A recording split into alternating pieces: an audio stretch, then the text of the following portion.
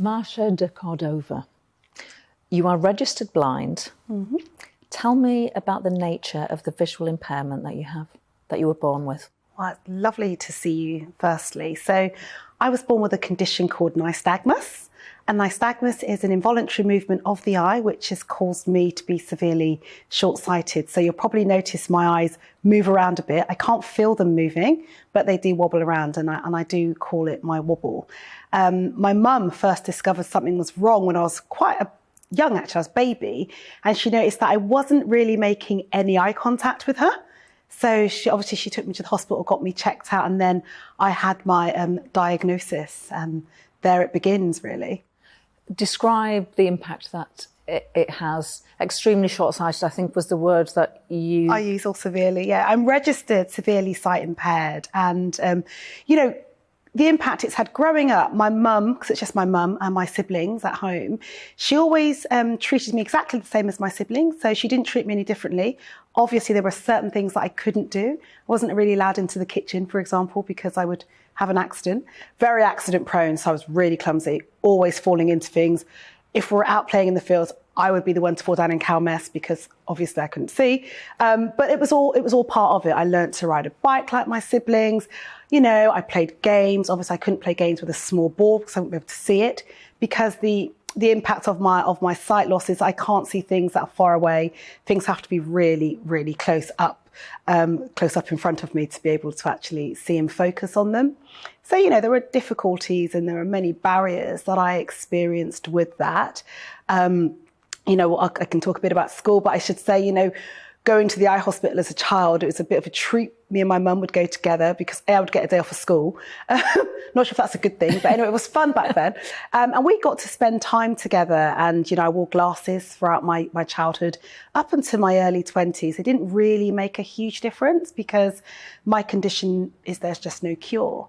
And I should probably say, growing up for me, as I got older in my teens and certainly in my 20s and 30s, showing my age again, I kind of always had a bit of hope that I would go and the ophthalmologist would give me a bit of hope and tell me about some sort of cure or that, I am going to be able to see again. And that hope never, ever came.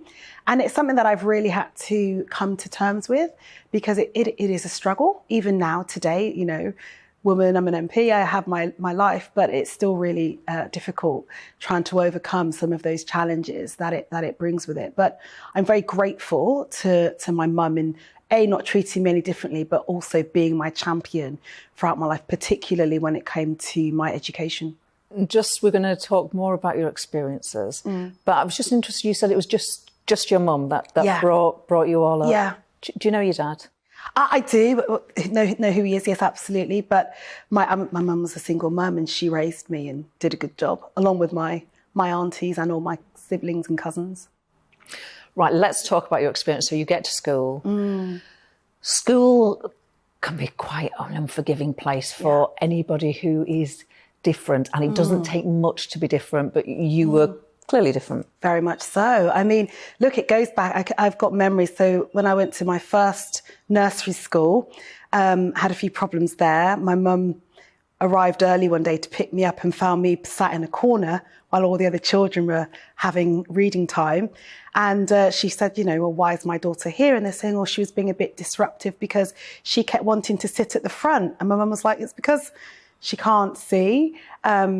So that was the last time I attended that particular nursery, and she moved me to a wonderful nursery called The Limes where I flourished. And then in primary school, the challenge she faced there was really difficult because at that time, the head teacher felt it might have been better if I was placed in a special school because she thought it'd be easier for me. My mum fought to keep me in mainstream school.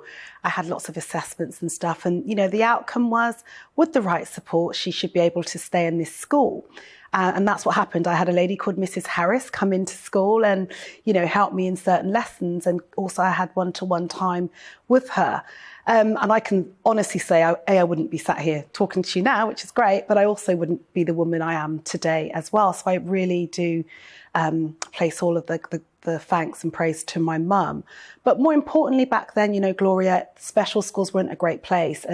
You know, as somebody with that's blind or partially sighted, you're probably just going to be learning how to weave baskets or tune a piano. And nothing wrong with those two things at all. But obviously, there were greater things ahead for me. So I'm very grateful that I had that opportunity. But you know, growing up, children can be cruel. Of course they can. You know, you get called different names and things. And that happened, you know, throughout my childhood. What was the worst name you were called? Oh. You don't have to tell me if you don't want to. It was a horrible name. And yeah, these boys used to call me Night Rider. I don't know if you remember the car Night Rider growing up, because the lights used to move from left to right. So yeah, it was really cruel. But, you know, it made me who I am. So I'm a tough cookie. You are. I have to stand up against so many challenges that come my way. And so, you know, all of those things that happened has really just made me the woman that I am today, really. And you're smiling throughout. Whatever you're describing, you've just got this wonderful smile. It's really lovely. Were you always academically gifted then at school? Because you got to university, so you're clever. I went back to uni as a mature student, actually. So I was in my very early 20s when I went to study. And that was because of different circumstances that were at play. But, you know, by then I'd really learned to have a voice. And so whatever support I would need, I was never afraid to ask for it. Again, I go back to my mum always kind of giving me that confidence to do that. And so, at college, I was able to demand in many cases the support that I needed, and the same at university as well. So, you know, making sure all my papers were in the right format, having additional time for my exams. But also, you know, there are times when books, I did law and European policy, so you're not going to get all law books in large print. So looking at alternative ways and using different aids and adaptations to ensure that I could study on the same footing as my fellow students as well. So, do you think you're typical of? I don't know if most people would fight as hard as you have to get what you deserved or are entitled to. Yeah, I'd like to think so, but I'd also like to see like all the barriers that I've had to overcome. I hope they can inspire other people that have my same condition. And, you know, I do get emails and letters from parents who are so inspired by me and share my story with their children, which does really make me, you know, it's nice to know that although it's painful sometimes to go through it and experience what I experienced, if I'm helping a parent where they, you know, dealing with a child with my condition, to give them the confidence and also to inspire their children, then you know what? It's my space. I will do that. I'm anchored in my faith, so it's okay for me to do. I like to think, you know, I look at people like David Blunkett when I saw him in Parliament with his big, huge guide dog, and you know, you're inspired by him, and you know, and he has no sight literally, and was an incredibly successful politician, and you know, and an advocate for disabled people and for people that are blind as well. And you're just inspired by them. But you know, the key thing for me, I didn't come from any privilege. Nothing was handed to me. I fought for everything that I have, and I continue to fight to this day, actually. What did your mum do? So she was at home with us, and then obviously she was at school. She was a dinner lady, and she also cleaned as well. So she was. Honestly, your mom is incredible. What's her name? Her name's Una. She's amazing. Una. Yes. What a woman. What a woman. Thank you. You mentioned your faith. Yes. Is that all? Was that one? Did you discover faith when you were growing up? Yeah. Well, I discovered my faith when I was. We went to Sunday school growing up, but I definitely wouldn't say I had a relationship with God, or you know, had a strong faith back then. But as I got into my late 20s, you know, I started to go to church, and I'm a Christian, and you know, my faith really does anchor me, because you were an MP yourself. You know what that place can be like. It's a tough space to navigate, and so I'm very grateful for that. And you know, within Parliament we have groups and settings where we can really gather and come together and support one another, and that's important. And that'll be cross-party as well, that you It can is, talk yeah. to each other and celebrate your faith or Yeah. practice your faith. Yeah. Who cares what party you're in? Exactly. That's bigger. There is that. I think our faith comes above everything, regardless of your political affiliations. Faith is so important. And there are the sisterhoods in Parliament. There are some great women there who are incredibly supportive as well, which I'm so grateful for. Who's your best mate in Parliament? My best mate's Kate. Kate. In Parliament, Kate Ossamore. Ah. Yeah. Good. So you win a Tory seat. I know. Yeah. I No one thought I could. Well, no, we didn't. I mean, because I was in Parliament during that time. Nobody expected to win Battersea. No, yeah. Which you won. Yeah. Can you believe it? We did. Honestly, that I remember being selected as a candidate there, and everyone saying, "Okay, it'd be great experience. You're not going to win." Yeah. And I'm like, "Yeah, it's going to be good experience." I remember phoning my mum and saying, first person I called, I said, "Oh, Mum, don't worry. I'm not going to win, but I've been selected for Battersea, and I'm going to, go and learn how to be a good candidate, essentially." But we ran an amazing campaign. I was so blown away by the volunteers and supporters and the activists that came down to Battersea to help. And, people also clearly wanted some change as well. And, obviously they had a good candidate. That goes without saying, but we also had some radical policies there, and issues like Brexit played a factor. And the reverse way. The reverse for you, yeah. Did in mine, you were literally my opposite, actually. Indeed. Yeah. But also, it was clearly for that time and that moment that I was meant to be there. And again, I'm anchored in my faith, and so if it was going to be, it was going to be, and it certainly was. And I can't explain what an honour it is. Well, you've been there, you know exactly what it's like to represent people and to be their voice. And that's kind of what I spent my life doing, campaigning and being an advocate for disabled people and their rights, but to do it for everybody. It's an incredible honour. I'm really proud to do what I do. So you get to Parliament, Oh, yeah. like the physical building. Yeah. It is difficult to describe to people who haven't been in it just how many stairs, corridors, how difficult it is to remember where anything is. Yeah. It must have been a nightmare. It's a nightmare for everybody. Yeah. But was it a particular nightmare for you? Exactly. So add on a few more layers of how difficult it must have been. You've pointed out already, the one thing, the lighting, particularly where my office is, I'm in the Palace of Westminster. There's loads of windows, there's no daylight. There's no daylight. My windows look at another building. That's my view. But, so I need really good light. But also just navigating the space. The corridors are narrow. There's lots of stairs.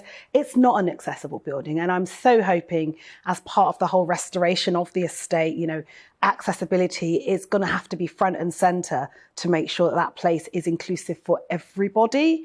We've got, corridors, we've got glass doors as well that are just impossible to navigate. And it is not the best workplace when it comes to access. And, I'm grateful that I'm there to be able to kind of be a champion along with other people, particularly colleagues in the House of Lords as well, who are really, championing the need for Parliament to be better and to do better.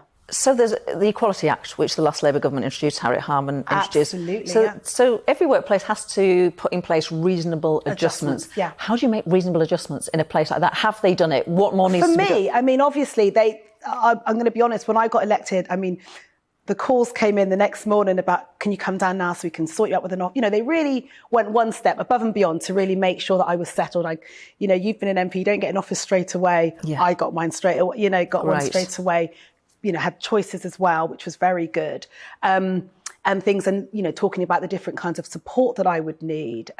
But, we're still not there yet. We still have a bit of a way to go. I still don't always get my papers on time in the right format because I need things in at least... We're talking about the daily order paper. Daily order paper. Which is just lying around, which we all just pick up. Yeah. But actually, that's no good for you. That's the one. No, I have to have mine in large font. Of course you do. Nowadays, what they're doing, they're making that available to everyone, which is great. So now the daily order paper that's online, they have a large print copy online now as well, because they do one for me. So all my papers have to be in large print legislation, statements, all documents. So, it doesn't always happen on time. And you bet your dollar that if it's not on time, I will go into that chamber and make a noise about it because it's not acceptable. I have to have everything at the same time as everybody else. So you mentioned lighting, mentioned obviously the size of print. Yeah. Anything else on your demand list? Yeah, my demand. So I also have a personal assistant who acts as my eyes, essentially, a sighted assistant. So when I'm out and about in my constituency or navigating the estate or, you know, doing events, I'll always have a sighted assistant. And I've been really lucky to have some incredible people working with me, because that kind of role, Gloria, it requires a great amount of trust from me. Because Same person that does it. You have one person assistant that does that. Yeah, I had one person who was with me since I got elected, and then she, after 3.5 years, she moved on, and I've had somebody else since. And again, it's building that trust, because there's a degree of vulnerability from my part as well, that I have to expose that side of me, because a lot of people that see me do not know that I've got my condition, because I hide it so well, apparently. But, you know, stick me in an environment where I'm, you know, not familiar with it, then I am lost. I mean, I can recall not long ago, I was having to go to a dinner, and my usual taxi service wasn't available, so I used an alternative one. And he dropped me at the wrong location. It was dark, it was wet, raining, and I was just stranded on my own. You know, this was recent, and, you know, my dear friend, he obviously tracked me, found me, and all the rest of it. But that's what I have to go through sometimes, and it's horrible. And, you know, it's just part of my life. I feel utterly inspired listening to you. And I think people who are watching this will feel the same. Thank you. It's gone so quickly. Oh, thank you. It's been really good talking to you. Thank you. Thank you so much.